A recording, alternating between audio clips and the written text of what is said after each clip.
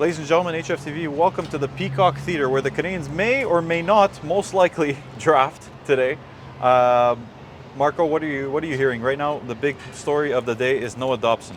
Yeah, well, I mean, the Canadiens have shown an interest for Noah Dobson. I think the camp for Noah Dobson has shown an interest towards the Montreal Canadiens. That doesn't necessarily mean that the two sides will be able to convince Matthew Darche to make a trade. He obviously has needs of his own, but there is an interest within the Montreal Canadiens organization to bolster the right side of their defense. And I think you look across the league, you look at the J.J. Peterka trade, a lot of people are looking for right shot defensemen. And I feel like because there's so few that have been drafted over the last 5 years, so few that are available in the market, you take your shot, you go and get it, and you pay them, and you keep them. So with a guy like Dobson, who's grown up in the QMJHL, who likes the thought of playing the market of Montreal, I could see why they would be interested. What would Dobson bring on the Habs blue line? I think when you think about the way that the Montreal Canadiens have brought in a guy like Lane Hudson, he would be the main guy offensively. But Noah Dobson at his core, last season, unfortunately, not his best season, but if you look at prior seasons, he's a guy that can dominate at both ends. You look back to his junior career, and he was a dominant two-way player as well. And I feel like when you have a guy like that can come into a system that Martin St. Louis plays, where it's more predicated on speed and skill, that is a player that can excel in both ends of the ice. He's also a winner. He won 2 M Cups, 2 Q Cups. He's crazy. But if you'd be Kent Hughes, what would you give up for him?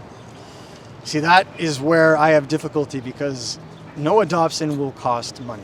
And, depending on what time this is posted versus what time, any trade goes down, it always depends on the value. I don't necessarily see the Montreal Canadiens being able to swindle Matthew Darche, who is a very intelligent man and deserves to be general manager in the NHL. I don't think they're going to swindle him for a guy like this without giving up a guy like David Reinbacher. And that's something you have to take pause on, because, yes, David Reinbacher has had his injuries, but he looked phenomenal every single game in the playoffs for the Laval Rocket. And that is a difficult thing to let go of, because you have to take into consideration that if you trade for a guy like Dobson, you got to give him the big contract as well. Whereas if you wait for a guy like David Reinbacher, you got cost control, you can take a little bit more time. Do you think now they've entered the area where they're already discussing what they're going to trade?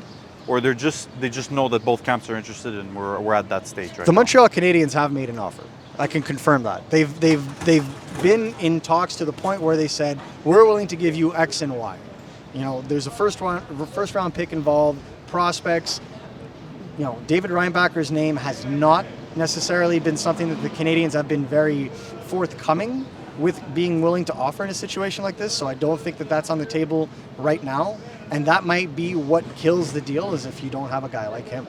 So I think the Canadiens have the futures, but I don't know that Matthew Darche necessarily wants to wait for the future with his new team.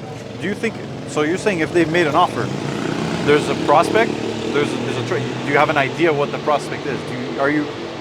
I think they've given them a list of prospects that could be available. Okay. Right? You always give a range, right? You always want to have a more developed conversation, and you always want to say, hey, we have these guys in this tier that we believe that would be of value to you.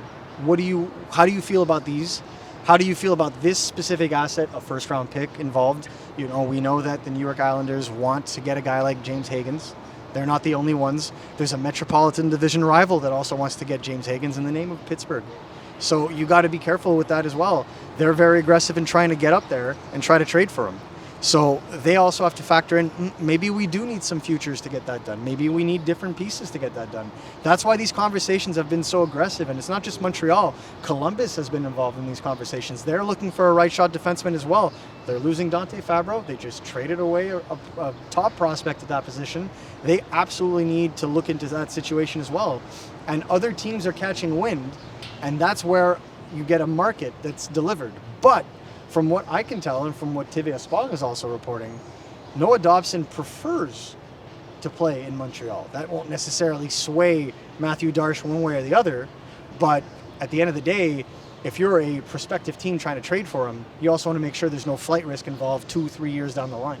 Well, it also gives more leverage to Montreal compared to the other teams. It maybe brings down the trade price. We thought the same thing with Pierre-Luc Dubois.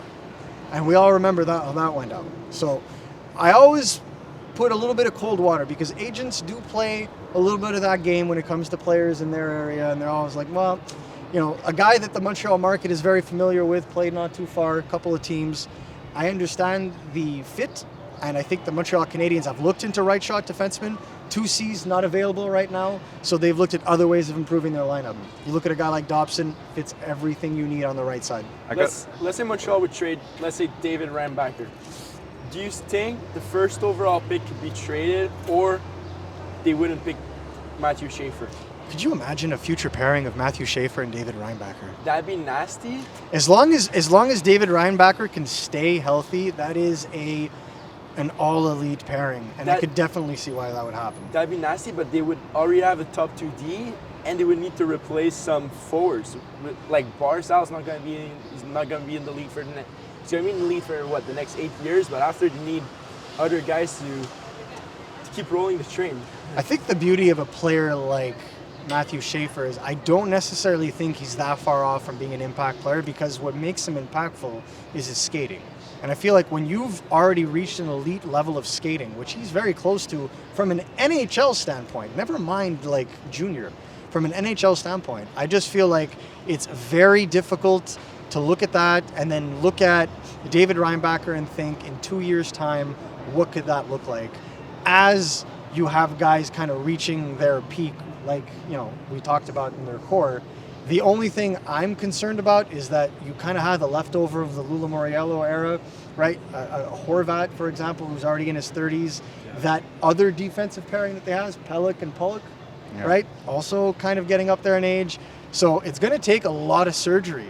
But if you have your core base set up that way, and they do find a way to draft both Higgins and Schaefer, well, then I think the Islanders will be set up for a long time. Yeah. Me, the only thing I wonder about the Islanders is the player are going to be allowed to have beard next year. That's the only thing I wonder about the Islanders.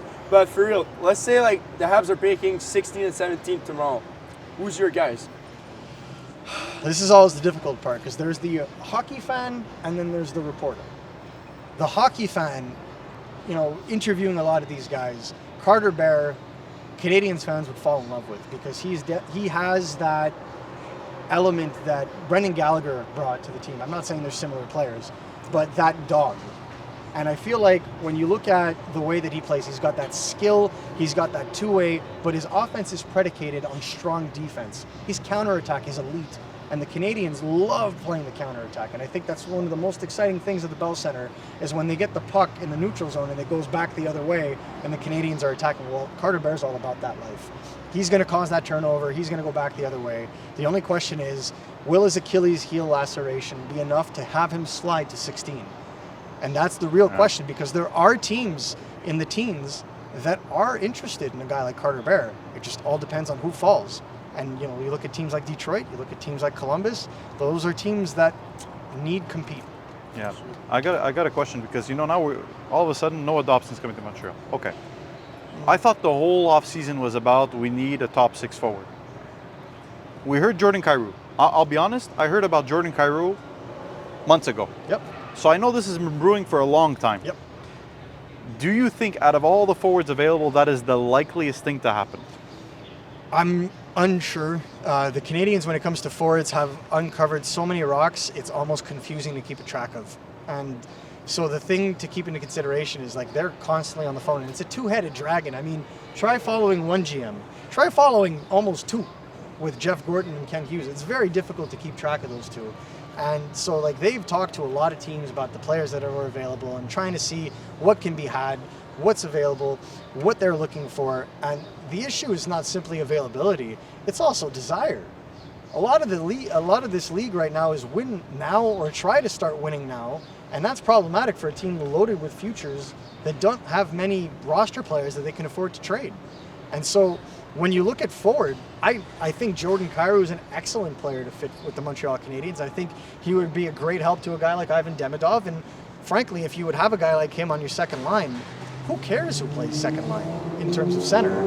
That player is going to be so well insulated, they may very well score 50 points without, having to do much. Well, I will say, between having between having that or is your second C, what Scott Lofton went for like a first and like a good prospect. Like I'm not paying that for Scott Lofton. Yeah. And right now the centers that are available are, you know, around that kind of level. So the thing when you look at a guy like Lawton is it's a little bit, as a rebuilding team, you never want to give assets for a guy that's going to be a bottom six player or a fourth line specialist. But when you get to a contending level, that's when you're more than willing to give away, you know, a late 20th, early 30s pick for a guy like that. Montreal Canadiens not in that business yet, or at least not intentionally. And so when we look at the way that they go about building, or you look at the Leafs, for example, and the way that they went and got him, that extra year on his contract was probably why they were willing to pay a little bit more. But they are and were a contending team. And so that makes a little bit more sense. When you're the Montreal Canadiens and that first round pick is 16th overall, well, you know, you're talking about 10 ranks up. That's a little bit more value, and you're expecting more value with that. Yeah. So if you're shopping that, generally speaking, you're looking for a good player. The only problem, you have 3 teams in the top 20 that have 2 first-round picks. Sure. Yeah. So, let's say the Blues, they have the oldest defense in the NHL. All the guys are over 20 years old, and like a lot of 40-year-old guys and stuff.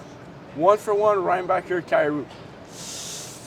No. See, I have difficulty playing that game simply because I construct rosters personally from the net out. And maybe that's from growing up in this market in Montreal. Maybe it's because I see how difficult it is to trade for and sign. I mean, we just finished talking about Noah Dobson and what that would cost. There's a reason the Montreal Canadiens drafted David Reinbacher 5th overall, and They you love know, the kid. They love the kid, but also it is so hard to find a player of that level, even in the draft right now. You can make an argument. Would he be the first right shot defenseman picked in this draft? I still All think things Schaefer known. goes first, No, right but- shot. Right shot, okay. Right? So you're dealing Murtka, you're talking Yeah. Hensler, Yeah. you're talking Fiddler, Amico, not related. But when you look at availability in terms of right shot defensemen, outside of last year in 2024, where there were a couple, it's very rare to get that kind of player.